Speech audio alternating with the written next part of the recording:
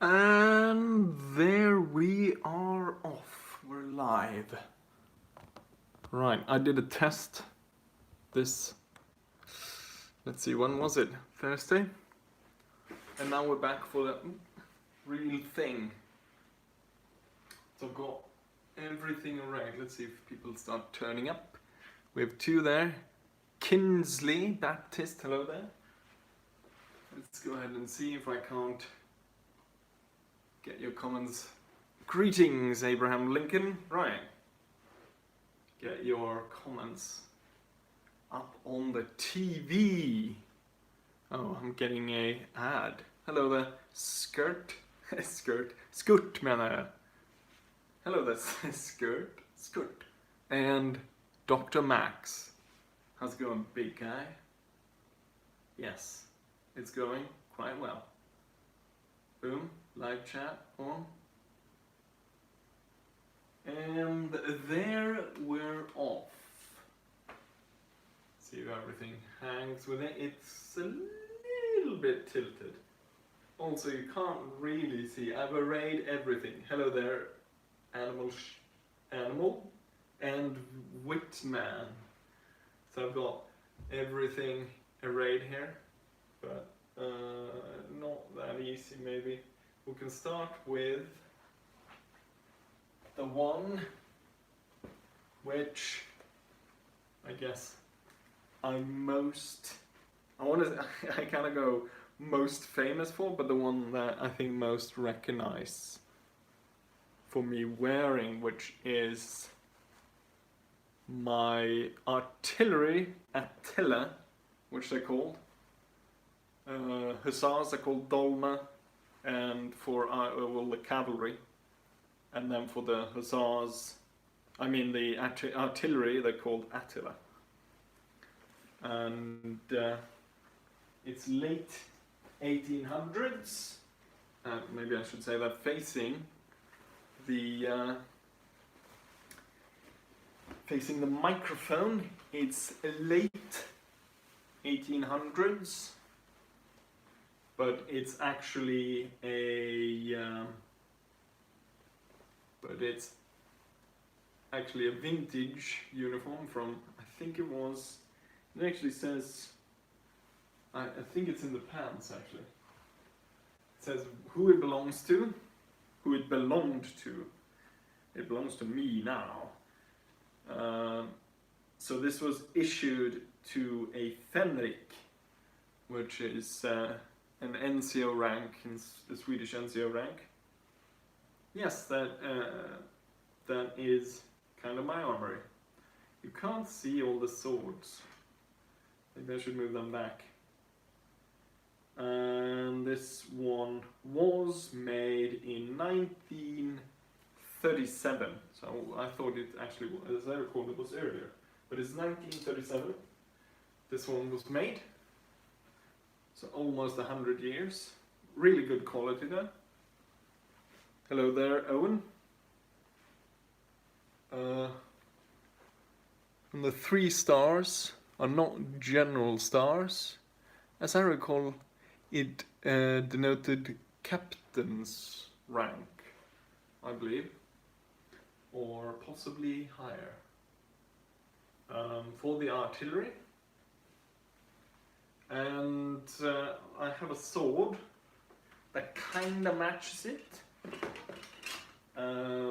Which is this one right here. Hello there from Wilmington. Hello there, Wolf.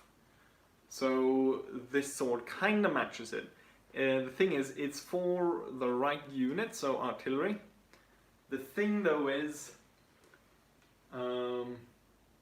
NCO stands for non-commissioned officer. So it's like sergeants and corporals and stuff. Yes, just like Owen said.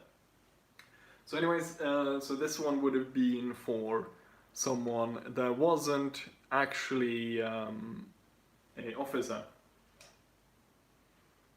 Yeah, it's a bit different.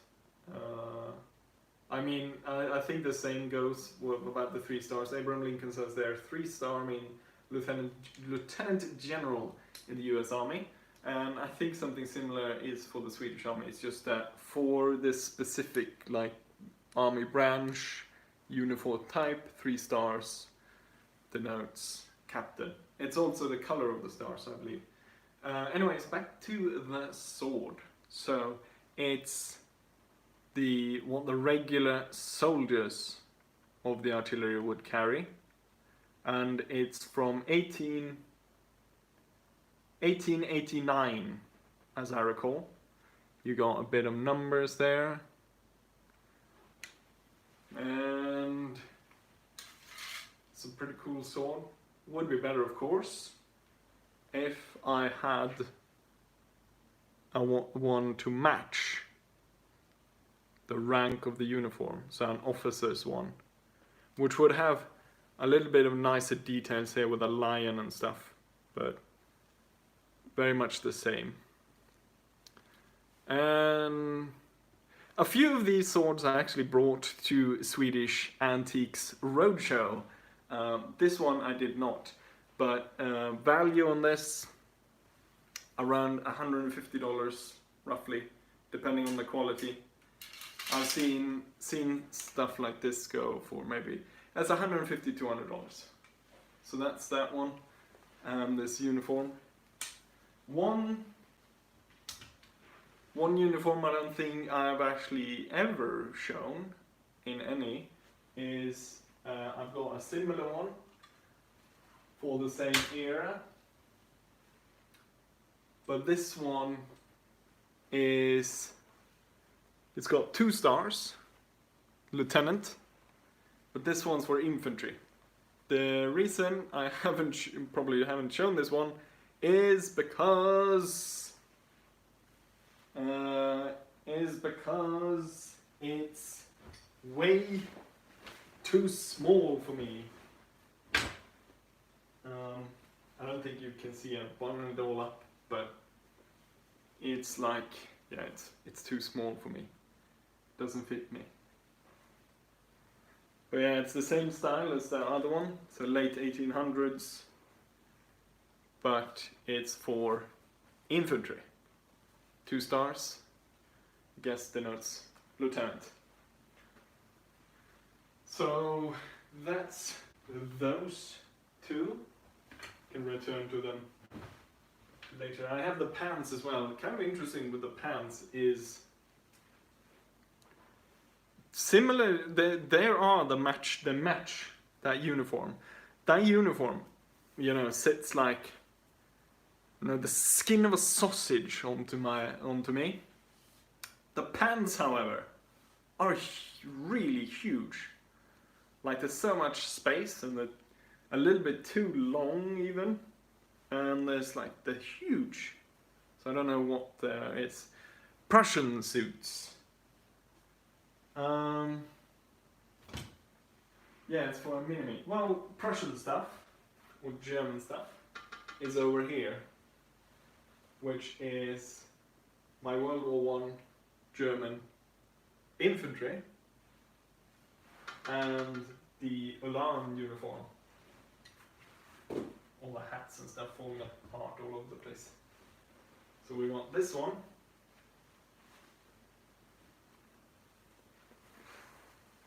Which is my... I had to kill my mustache to give me an F in chat. Someone had to shave off the mustache. Why did you do that? So this is my Alana one. It's actually slightly too small. I kind of made it to be cavalry rather than, yes, this one's officer.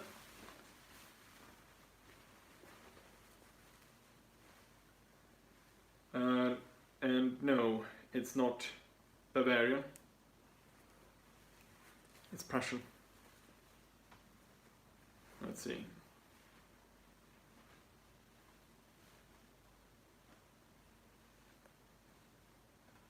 If I can fix this up. People actually did put the F's in chat for his mustache. I really like the sort of the cut of the uniform with this front bit. I think it's really cool. And that would be cool, Bitman, to shoot some actual.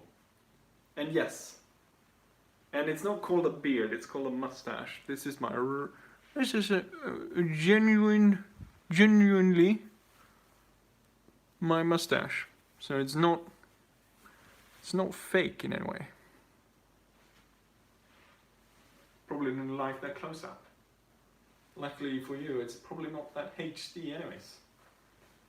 And the funny thing was, I thought that it was kind of really hard to find the helmet that is matching this, but I actually found an Ulaner helmet.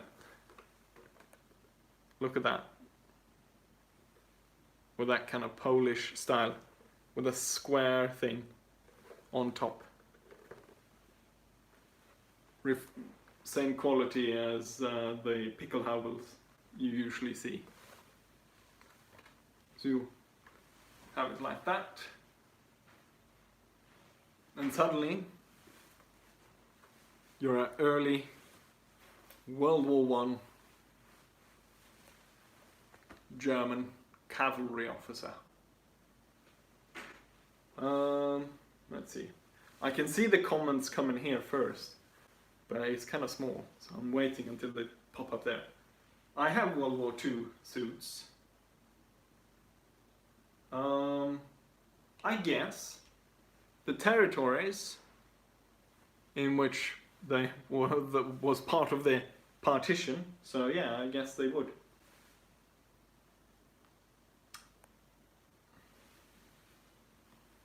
So there we have that one. You're supposed to have another thing, like a parade thing, which I don't know how to fit, and I also kind of haven't gone around to get any one of this, because this one I'm thinking is I'll keep more as a parade style, just because of the fabric and stuff. So it's not really for out and about in the field. It's more of a oh, hooty tooty, sipping a bit of tea. Well, that's probably not what the Germans do, but you know, walking around looking fancy. Right, someone mentioned World War II. And the World War II I have is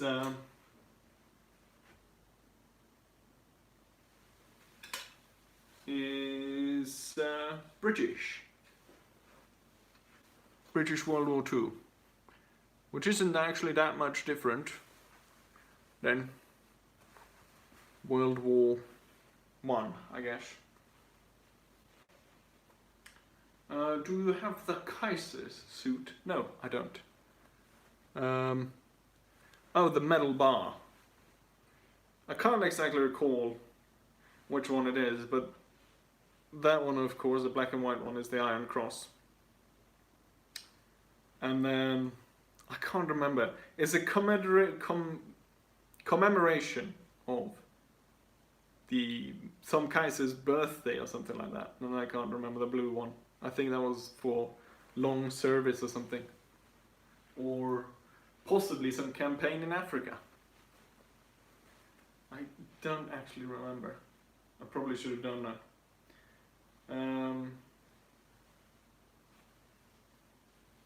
Right.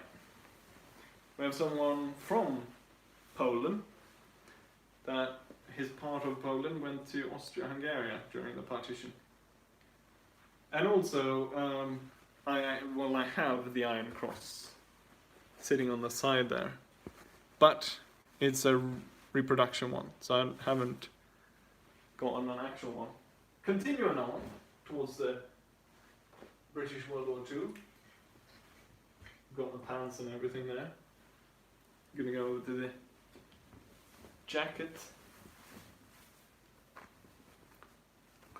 Right, and as we can see, Royal Norfolk damned if I remember, the 3rd Army, I think it was? 3rd Army?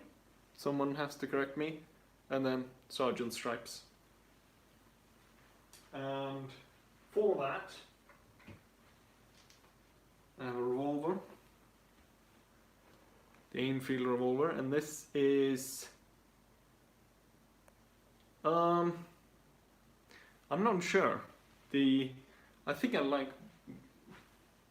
don't really have favorites. Someone asked in chat, if you probably should say for those that watch this in playback, is which World War I uniform you like the most? And I'm not entirely sure.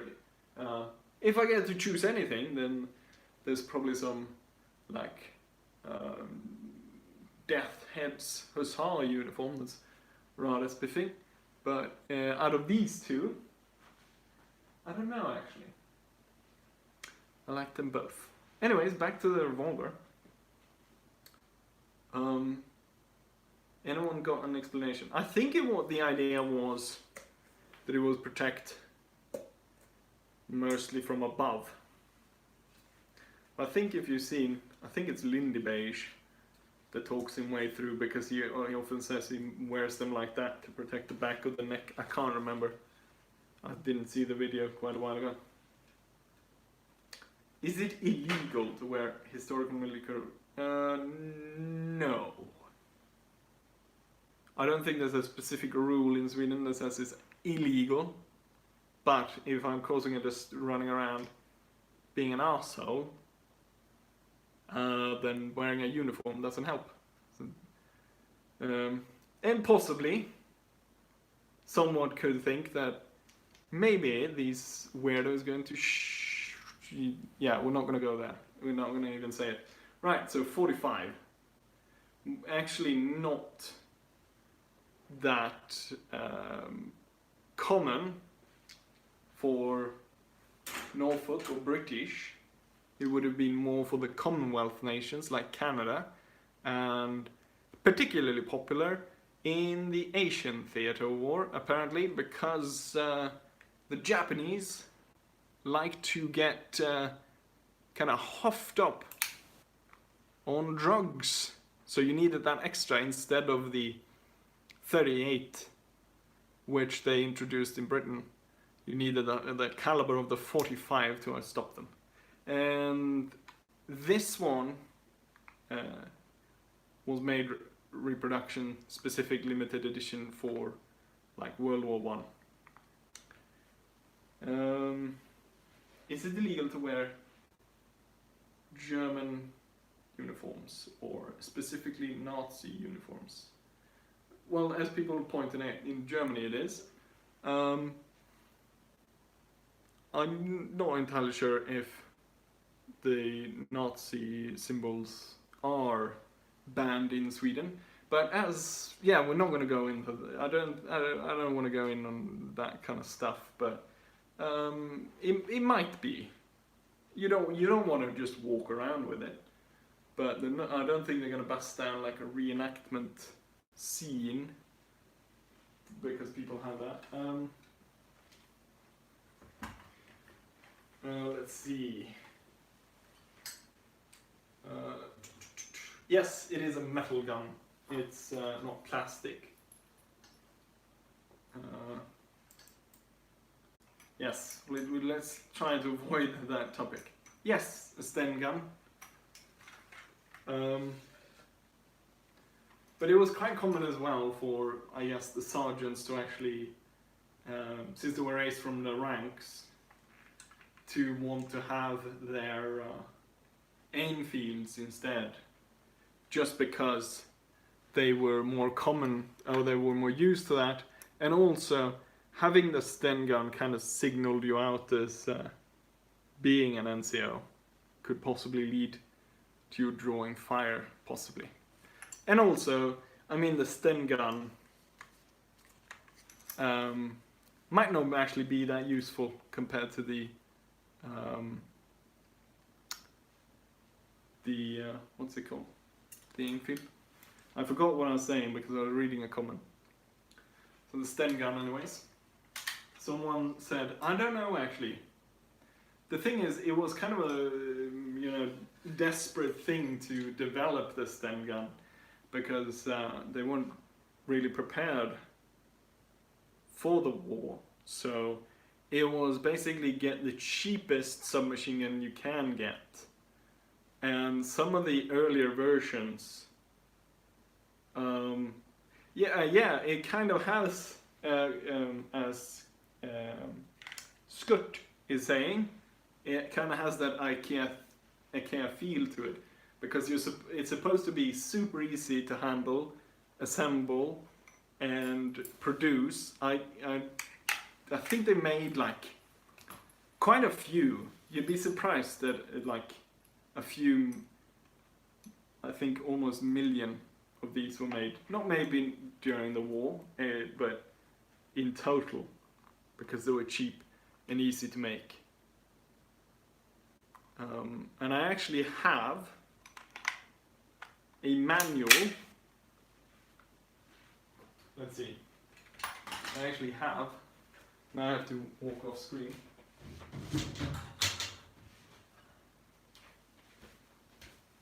And then I'm back. Wow. Yes, Abraham, as Abraham also states here, they started to make the Sten gun because the American Thompson gun was too expensive. Not necessarily too expensive, but I mean, they want to make something of their own. They had bought, I think, a few thousand Thompson submachine guns before the war. But of course it's a lot easier to make something yourself. And the Sten gun, I have these, which are pamphlet printed by the British Army at the time, which, this is for the Bren gun, this one for the Lee Enfield, and this one's for the Sten gun. And they were made, hello there Jay, and these go through in detail. Let's see, here's the assembly bit. And these were sent to Norway. And here we see all the parts of the Sten gun. And I think the effective range, according to this, is 150 meters, I think. It says somewhere in here. There's a lot of different information about it. How many cartridges, how to shoot it, how much it weighs and stuff like that, the different, how to assemble it and so forth. And this one was printed in 1944.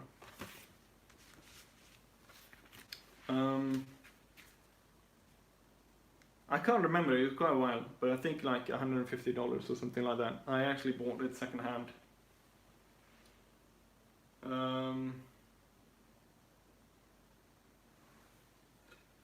And there we go. I think that's maybe enough for the British. Let's see. I don't have any Napoleon era uniforms, but I do have something from the Napoleonic Wars, which we go over to my sword basket, which you can barely see. And I've got this. We're going back looking at the swords, and if someone's really quick in the chat, they might realize. See if you have time to figure out what sword this is. Pass it through here.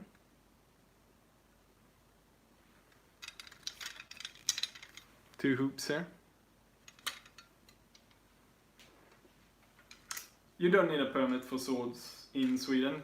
However, there is technically a law prohibiting you from carrying a blade that is longer than 3 centimeters in public. Someone says dragoon swords. Dragoon swords, yes. But what nation? And someone just as a French sword, Yeti says, and that is correct. This is a heavy cavalry French sword. And this one's from 1813, possibly carried by cuirassiers. And this one actually is 200 years old. And here's the blade. Got these two blood grooves going down to it. Tip is a bit damaged, as you can see. One of the things that you can see that it's a late war Napoleonic heavy sword and not as expensive as the early ones is the fact that the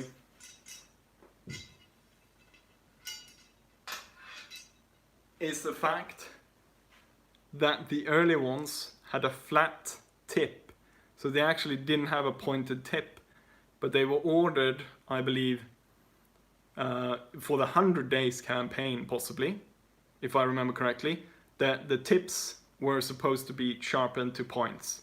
So you could, once charging, you could give the enemy the point, which is, I actually read, or I can't remember where I heard it. Maybe I didn't read it actually. I heard it on some history channel on YouTube, where it was a British officer in India that, you know what, it was actually Schola Gladiatoria, wasn't it?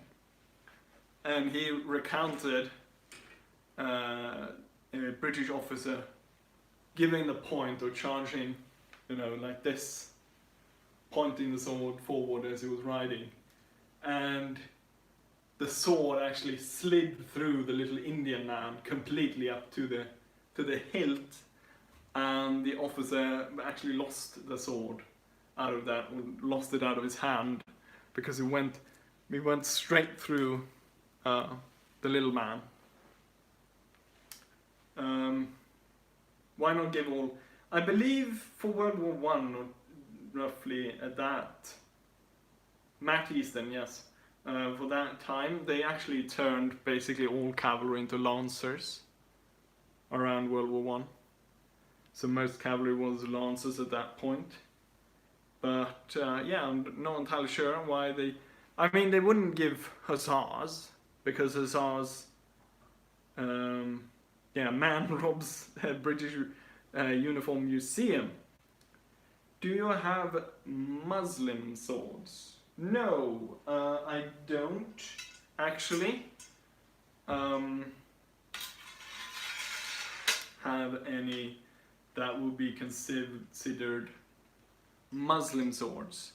I actually have put, collecting swords a bit back on the shelf in favor of different uniforms and stuff. So I don't have that many.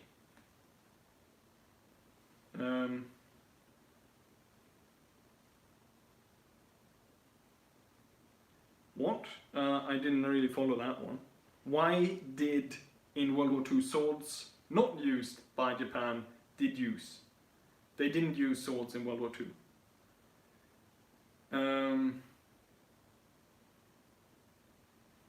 Right. Edgy comments. Right. A bit on to some other swords then, maybe. Which,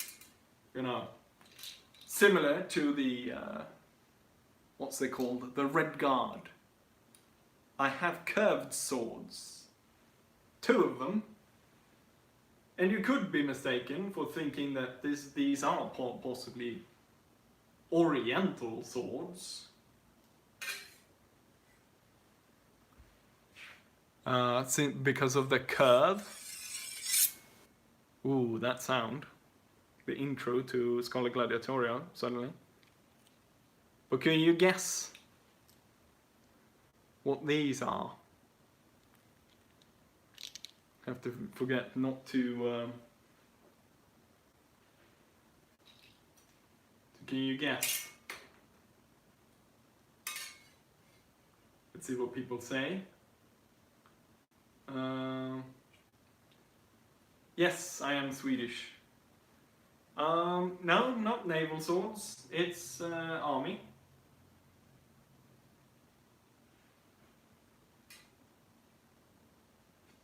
And no, they're not Asian, even though you might think so, or African. I actually mentioned the nation just a few moments ago. Ottoman Empire. No, they're not Ottoman Empire. See if someone catch that. Dr. Max, what? So these are, these were made in 1856, I believe. 1856. They're not Oriental. A lot of people saying Oriental, Indian, African, Swahili. They are real, so they're actual swords from 1856. Not British. They look rather exotic, don't they? But they are in fact. Drum roll, please. Let's see. Balkan Slavic, USA, for chopping down Russians. Yes, they are for chopping down Russians. These are Swedish infantry huggare, cutters, that were issued to the infantry, all infantry, in 1856. So these are in fact Swedish, even though looking at the curve and so on. But if you imagine this as kind of the saber bouquet type weapon, then yeah. So these were issued to, there was a oh yeah, one thing that's interesting about these two, I have two of them. And one thing you can tell about when you kind of restore swords and stuff is that one of them has been heavily like sanded down or like filed down. I mean, it could have been that rusty, but if you compare, I mean, it's most notably on this one, but you can see the stamp there, which you cannot on this one. And also you could tell, if you kind of put them really close to each other, that this one's a lot wider because a lot more of the blade is left on it. So they're not actual that. Yeah, it's kind of 1856 is kind of too late for swords, but I guess the idea was that because they still had the long rifles with bayonets on it. So if you actually, have to take a building or some other fortified position where you're going in tight spaces, then you might want to drag out a sword, and you want to use that instead. So I guess that was the idea, but yeah, kind of pointless. But then again, so the Swedish 1856 army was kind of pointless. So yeah, that guy's tired, so he's leaving. John, what do you know about the Nepali troops in the British Army? You mean the Gurkhas? Yeah, someone had correctly says that it wasn't the main weapon. You wouldn't have Swedish troops running with the swords right at them. I do actually have a musket, which the thing is, I have kinda no clue what it is. If it's Swedish, if it's whatever, I don't actually know.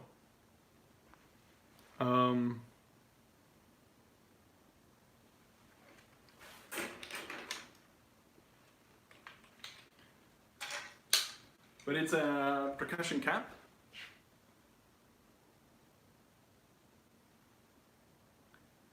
Yes, it goes into two different. The musket. I think I paid. I can't remember actually exactly. I want to say $300, possibly more.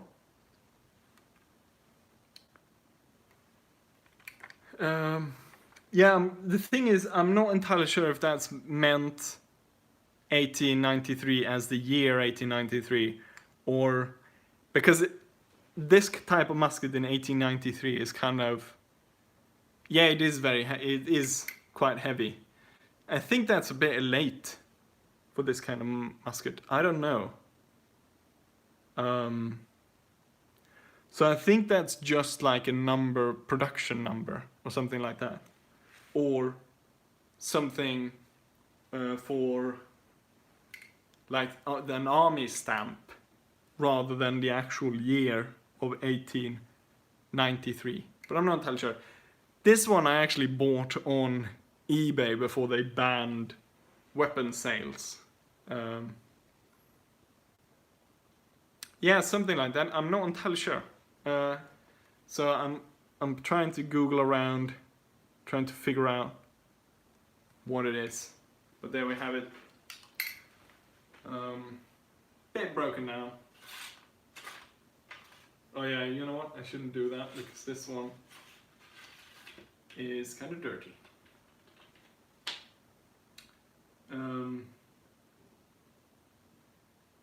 Yeah, 1893 as the year of production would be a bit weird. No, because I bought it online, and it was quite a while ago, and I don't remember if it actually said what it was. It said musket. Apparently I thought it was a good deal, so I bought it. I actually bought it to replace an older one I had that was kind of worthless.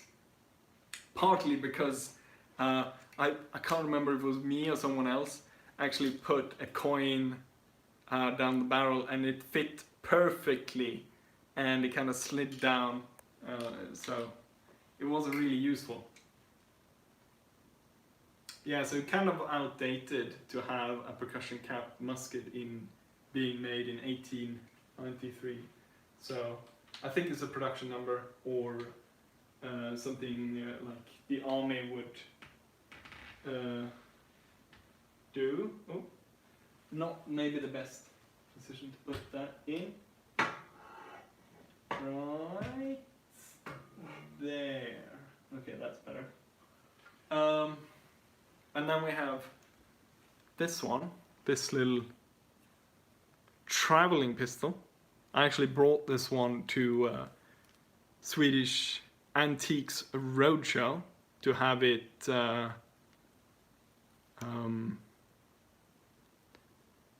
appraised, and well, not appraised. The value on this wouldn't be that great, so it wasn't like, oh, I found this and I'm gonna do a bargain thing.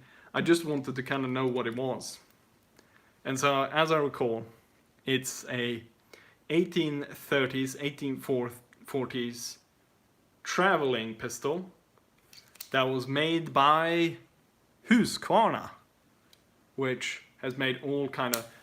no, I haven't, in fact. The rules for keeping gunpowder and storing gunpowder and buying gunpowder are quite severe, to the point where the ski shooting team actually complained about it, because it was a bit too hard.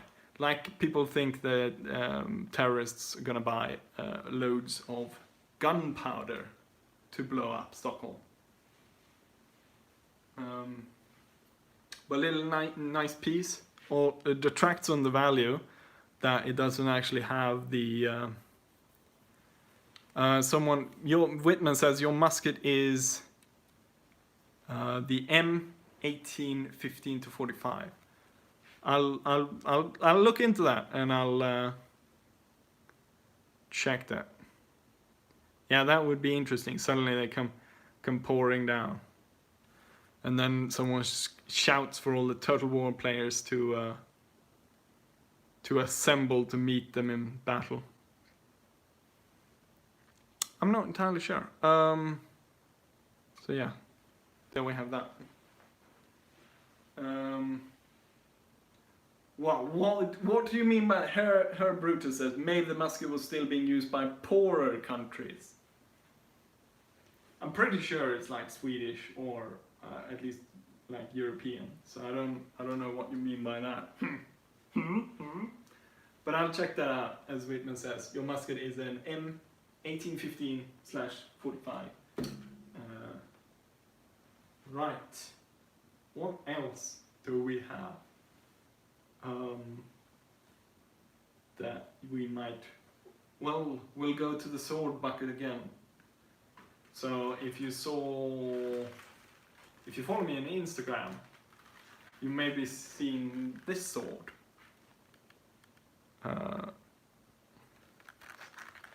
Which was the one I brought to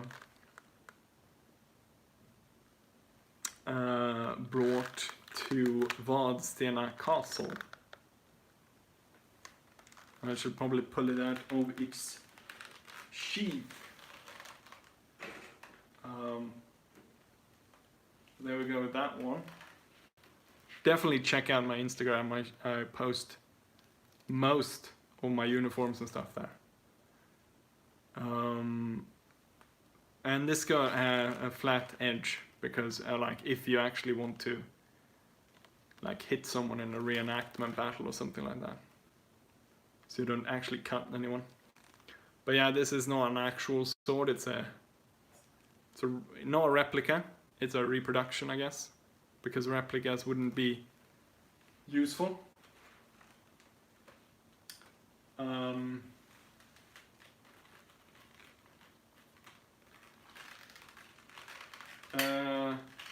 In Sweden, I believe the rule is that, I mean, antique swords and stuff you can buy, and you can buy a decorative one.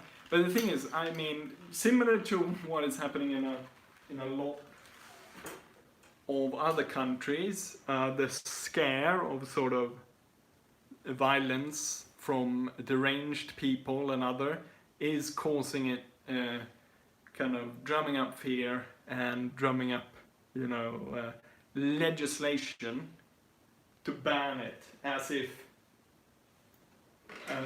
there would be a mass stabbing suddenly because you didn't ban replicas of Carolean swords from the 1700s. In terms of musket and stuff like that, the rules in Sweden, as I've heard it, is you're not allowed to own weapons without a license if the barrel is made after 1890 and it fires gas tight cartridges. So meaning like if you got the like paper cartridges, that would work fine. And bye. And that's what I've heard anyways. I don't actually know. And I don't even think the police knows. It's one of those things where it's not really a thing. Like, the thing is, I bought them at so many different locations. And we're talking over more than a 10-year period of time. So a lot of stuff I don't remember. And, I mean, there's so many different like online vendors and stuff, and a lot of stuff also comes from like eBay and stuff. But yeah, I think I've provided a list of like yes, a few of them are originals.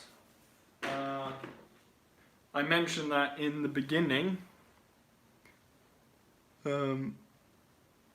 So I have a few the ones that you kind of know me for.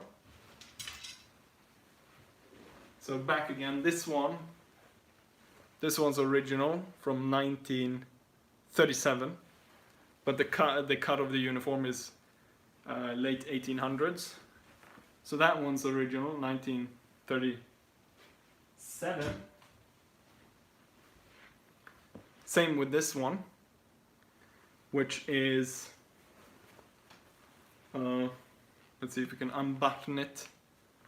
Actually, take the time. Yes, there's quite a few online stores specific for reenactments, uniforms and stuff like that, where you can get a lot of stuff.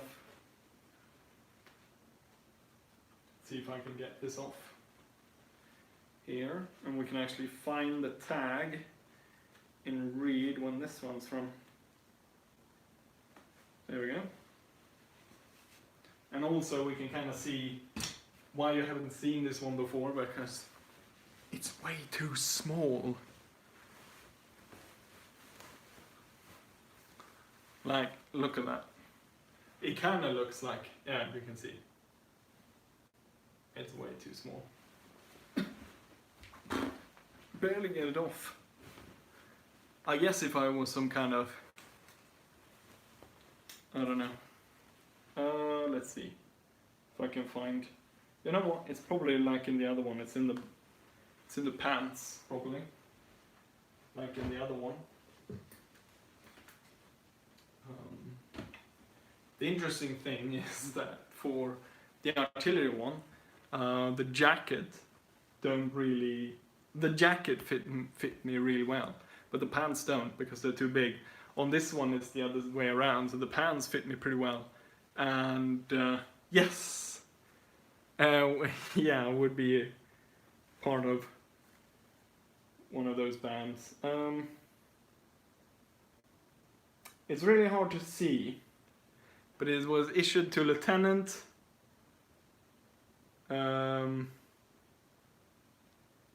W something, and I think it's 1927. No, not 27. 1927, I think. Possibly. No, you know what? Because there's no. It's. I think it's 1915 actually. Right. Many soldiers. It's actually being. I think it's actually slowing down a bit in terms of the stream here. It's not going so quick, or you're out of questions, or all the questioning people have left the chat. And this one was the one, of course, that I showed in the test video.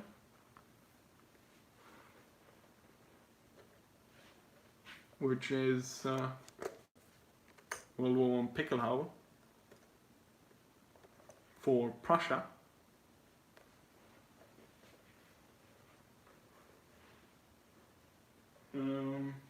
So that's one there, and that goes with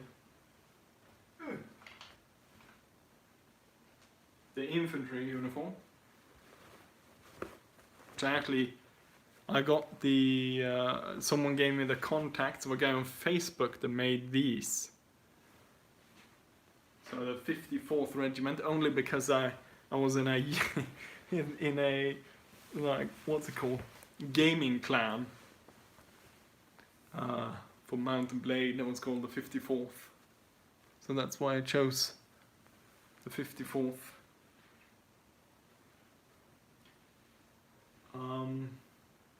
Yes, in the early one.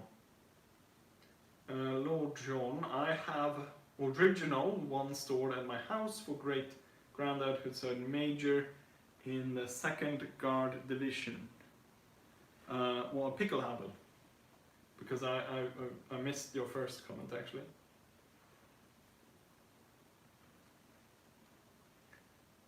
Here we go. Button it all up.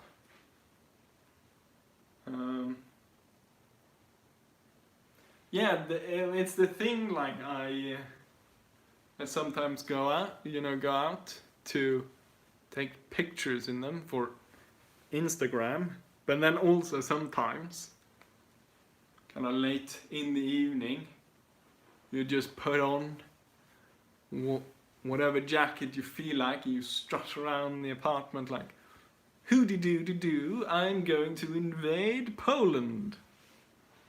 Or, that's a joke. I'm not going to actually invade Poland. But yeah, it's a pretty nice one.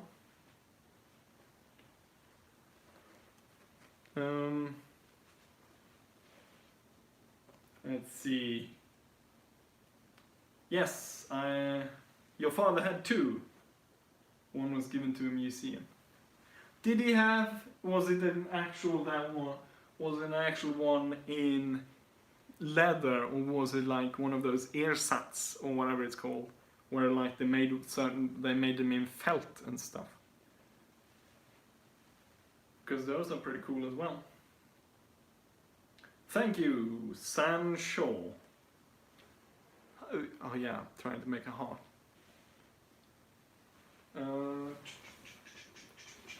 What else haven't we looked at? Coldstream Guards. One of the recent pictures I took. And I mean, these ones you can find secondhand on eBay. Loads of. It's just that I haven't gone around to fixing that button. It's actually held in place by a needle. But it works pretty fine.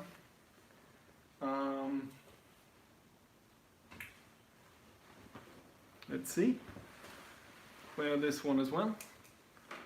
You might have seen that one of the latest pictures on my Instagram of me wearing this one. Yes, I believe Coldstream Guard is still active, and it's, I think, the oldest active regiment in Great Britain. And then I have, it's not actually matching the uniform. It's not actually matching the uniform, and this one's actually kind of a bit small. But I just like the look of it. So this is not like historical accurate or anything. But I really like the look of it. It kind of looked like Zulu Wars type of deal, even though it doesn't. So it's a bit of a mismatch. But sometimes you just browse around on the internet and you go, oh, look at that uniform.